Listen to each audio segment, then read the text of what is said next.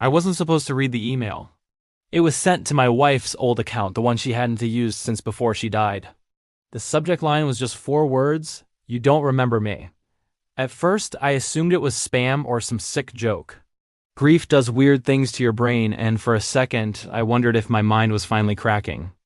But the sender's name froze me in place. It was mine. Same full name, same spelling. Even the same old nickname my mom used when I was a kid. I opened it. I know this will sound insane. It is.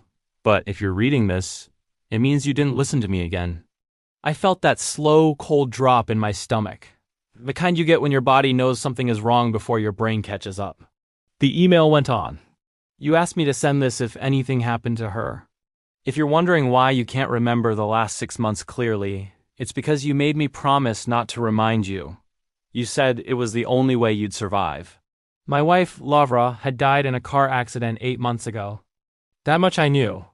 What I didn't know, what I'd never questioned until that moment, was why everything after that felt smudged. Like a dream I kept failing to recall, I scrolled. Check the lockbox under the floorboard in the closet. The one you swore you'd never open. My hands were shaking so badly I almost dropped the phone. That lockbox was real. I'd found it weeks after Laura's funeral while cleaning.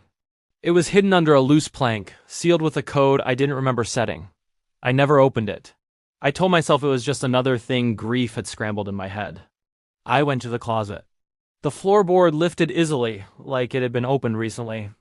Inside the lockbox was a USB drive and a folded piece of paper. The paper had my handwriting. If you're reading this, you begged me to forget. I sat on the floor for a long time before plugging in the USB. There was only one video. It started with me sitting at the kitchen table. But I looked different, older, hollow. My eyes were red, swollen from crying. Hey! The version of me on the screen said. If this worked, you don't know why Laura really died. My chest tightened.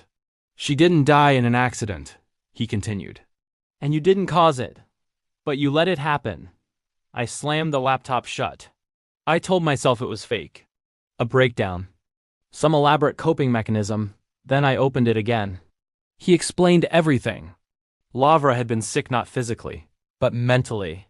Paranoia, delusions. She was convinced someone was watching her, controlling her life. I remembered none of this, yet as he spoke, fragments started bleeding through, arguments I couldn't place. Nights I'd slept on the couch, the way she'd stare at corners of rooms like someone was standing there. She told you she was going to expose them, my other self said. You didn't believe her. You were tired, you were embarrassed.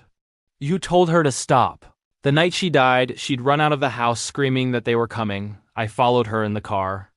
I remembered that part suddenly sharp and painful. The rain, the red lights ahead. She ran into the road, he said quietly. And you didn't stop her. I was sobbing now.